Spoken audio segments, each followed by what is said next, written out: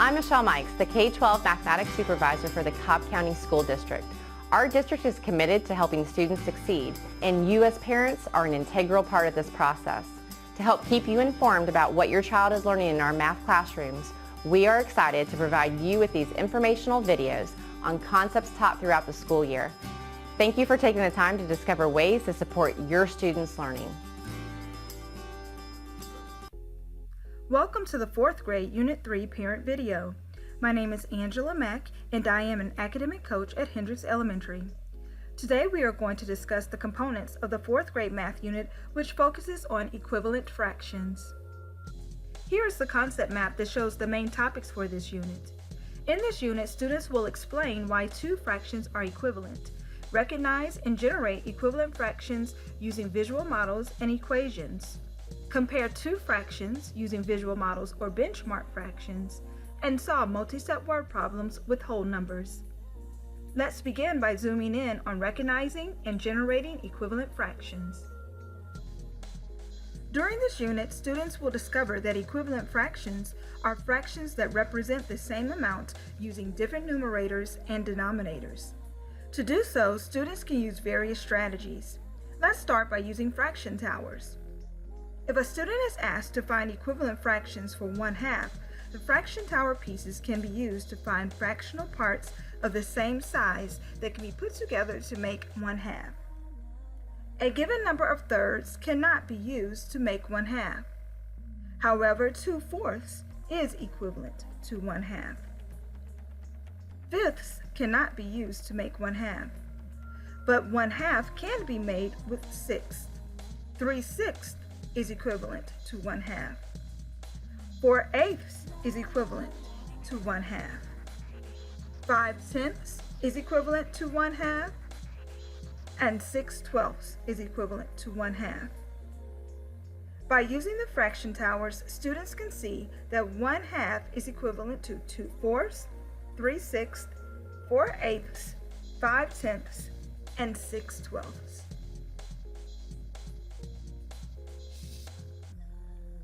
Students can also draw models to generate equivalent fractions. For example, to find equivalent fractions for 1/2, students can draw a square or rectangle, partition it into two equal parts, and shade one part to represent 1/2. To find an equivalent fraction, the shade can be partitioned again to show 4 equal parts. Now 2 out of the 4 parts are shaded, showing that 2/4 is equivalent to 1/2. To determine how many eighths are equivalent to 1/2, the shape can be partitioned into 8 equal parts. This time, 4 parts are shaded, showing that 4/8 is equivalent to 1/2. To find more equivalent fractions, the process can be continued. Keep in mind this strategy can be used to find equivalent fractions for any given fraction. Partitioning a number line is another way students can show equivalent fractions. Once again, let's apply this to finding fractions that are equivalent to 1/2. This number line is partitioned into 2 parts and the half mark is labeled. Using tick marks, the number line is now partitioned into fourths. Doing so shows 2/4 overlapping 1/2. Therefore, 2/4 is equivalent to 1/2. Next, the number line is partitioned into eighths. 4/8 is overlapping 1/2. So 1/2 is also equivalent to 4/8. Based on what is shown with the number line, 1/2, 2/4, and 4/8 are equivalent fractions.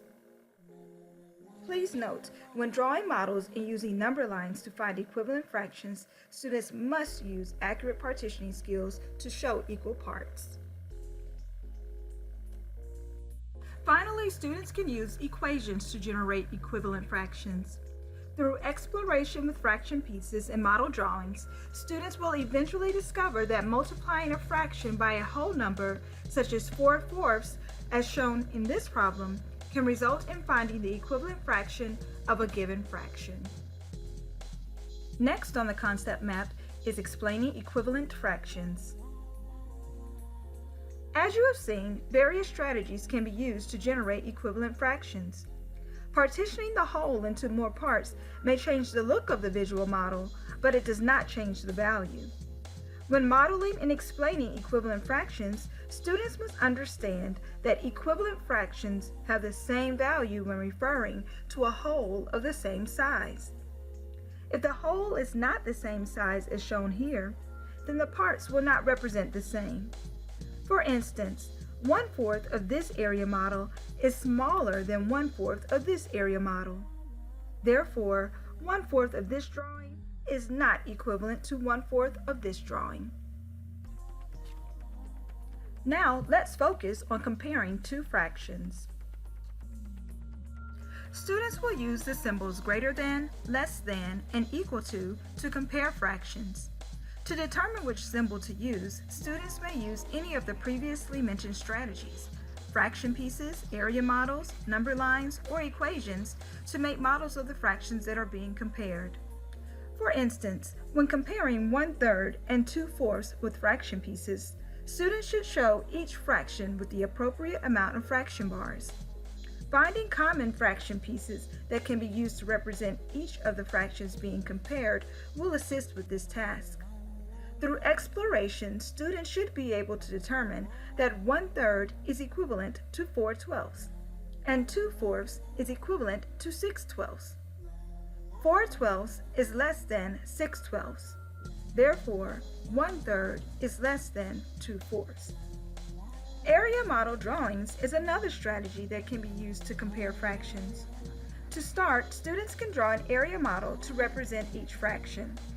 Since the models are partitioned into a different number of pieces, finding a common denominator and partitioning each area model into the same number of pieces will assist with this task. Start by listing the multiples of each denominator. The denominator of 1/3 is 3. The multiples of 3 are 3, 6, 9, 12, and so on. The denominator of 2/4 is 4. The multiples of 4 are 4, 8, 12, 16, and so on. The common multiple between the two is 12. Therefore, the common denominator is 12. Now, each area model can be partitioned into 12 equal parts to find an equivalent fraction for each. In this case, 1/3 is equivalent to 4/12 and 2/4 is equivalent to 6/12. This drawing proves that 4/12 is less than 6/12. Therefore, 1/3 is less than 2/4.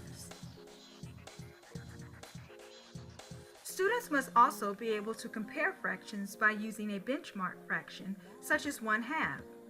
When comparing 1/3 and 3/4, students can draw an area model or use a number line to show and explain the comparison of two fractions based upon their relationship to the benchmark fraction of 1/2.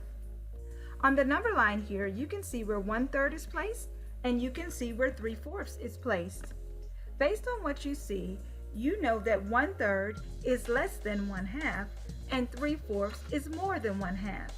Therefore, 1/3 is less than 3/4. This unit will wrap up with a concept that was introduced in Unit 2, solving multi-step word problems with whole numbers. As mentioned in the Unit 2 video, students will use addition, subtraction, multiplication, and/or division to solve multi-step problems such as the one shown. Students are encouraged to close read the problem, mark the text to identify key information, and use various strategies to solve the problem. Please refer to the Grade 4 Unit 2 parent video for a demonstration of this concept. In summary, in Unit 3, students will recognize and generate equivalent fractions using visual models and equations, explain why two fractions are equivalent, compare two fractions using visual models or benchmark fractions, and solve multi-step word problems with whole numbers. Thank you for watching. Thank you for your time. We know that when families and schools work together, student success increases. Please visit the Cobb County Math Department website for additional information and resources to support your student at home.